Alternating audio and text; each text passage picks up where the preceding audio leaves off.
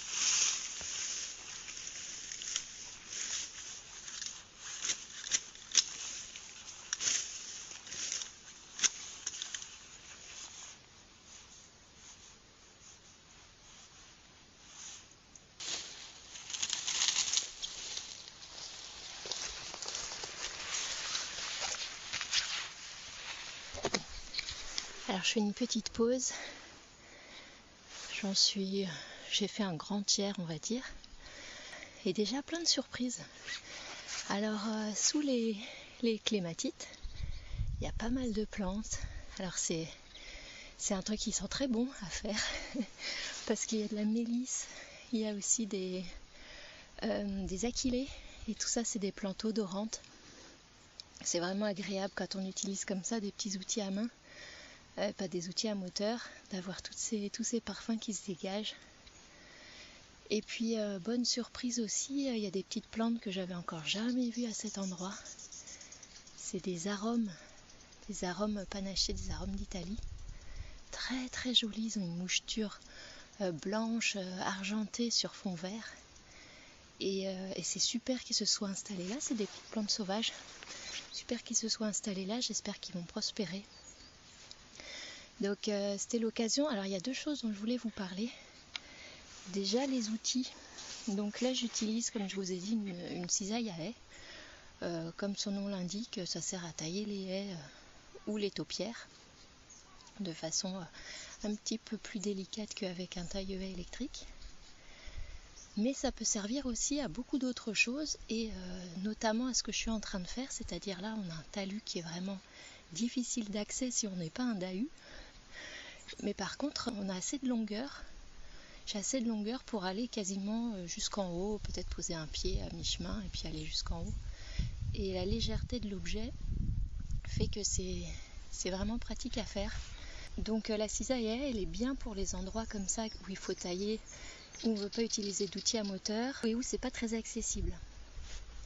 Et par exemple, c'est aussi très utile si vous êtes en train de tailler un rosier grimpant, debout sur un escabeau. Voilà, c'est le genre de choses, on se dit tailler un rosier, ça se fait au sécateur, on compte les bourgeons, on fait attention, on enlève les fleurs mortes. Mais quand vous avez un rosier grimpant, vous n'avez pas besoin, vous pouvez le faire à la cisaille à haies. C'est aussi très pratique, vous coupez tout ce qui ne va pas, tout ce qui dépasse et votre rosier sera magnifique. C'est un outil qui est pratique dans plusieurs situations un peu acrobatiques. Voilà, alors je taille de façon, vraiment c'est comme une tonte, hein. J'y vais progressivement et puis j'enlève tout ce qui est détaché du sol, on va dire. Et pour l'instant j'en fais des tas au pied du talus. Il y a des endroits où il y a des longues lianes, je me demande si je pourrais pas les réutiliser. Mais assez parlé, je vais continuer le travail, on n'a pas terminé. Les oiseaux continuent de nous faire un petit concert. Profitons-en.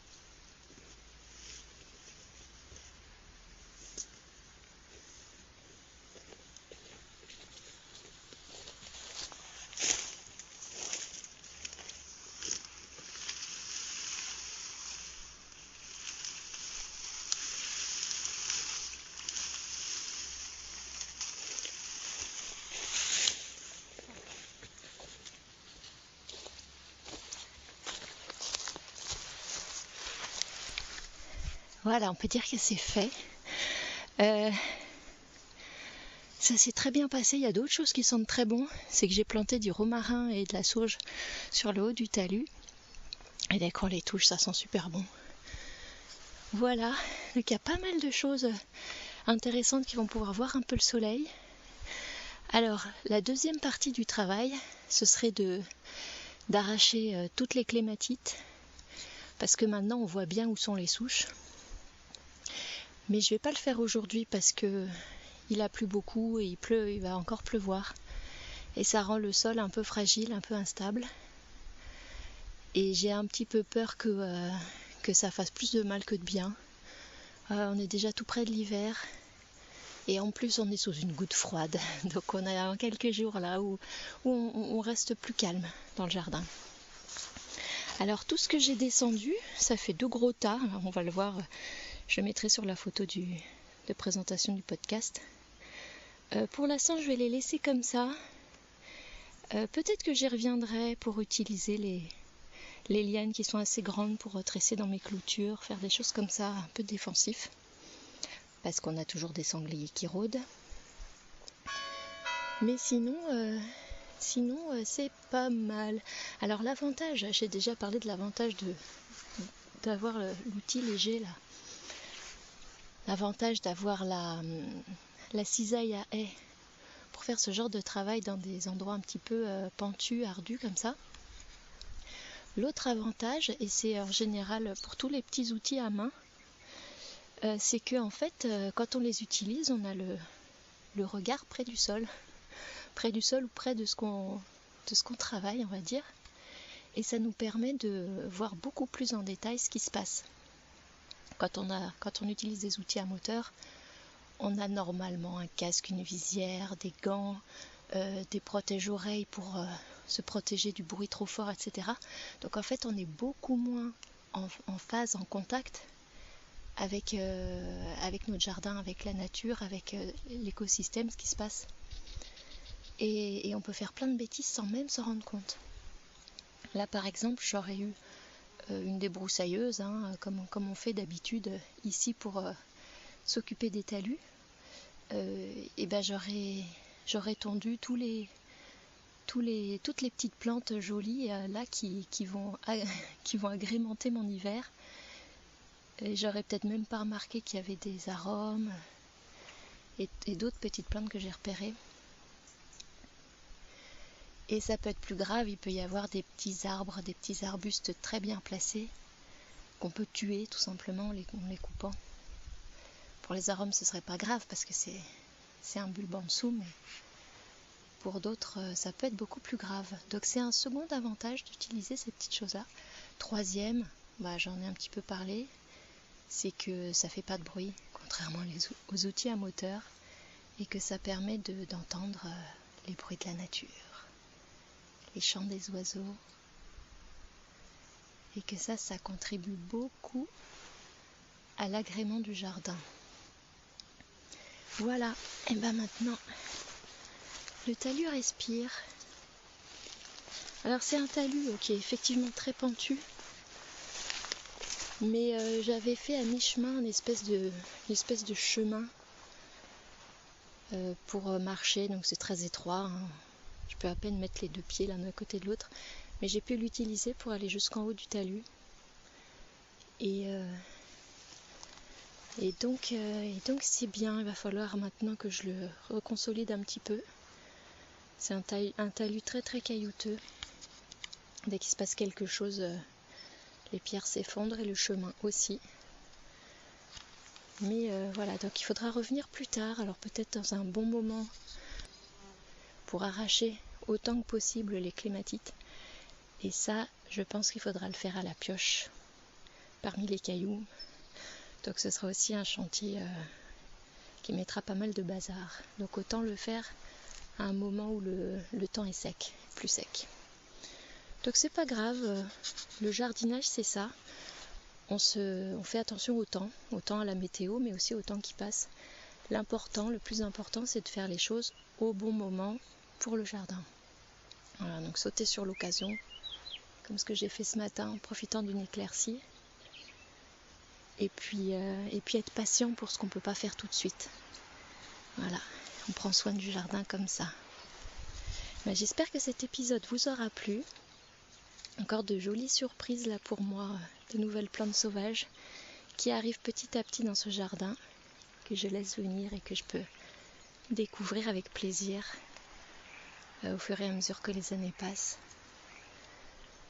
Et je vous dis à bientôt pour un prochain épisode, si vous le voulez bien. N'hésitez pas à me laisser des questions, des commentaires, etc. J'adore échanger sur ma passion, donc ça me ferait plaisir d'avoir vos retours aussi. Merci déjà à ceux qui m'en ont fait. Et je vous dis à bientôt et portez-vous bien en attendant.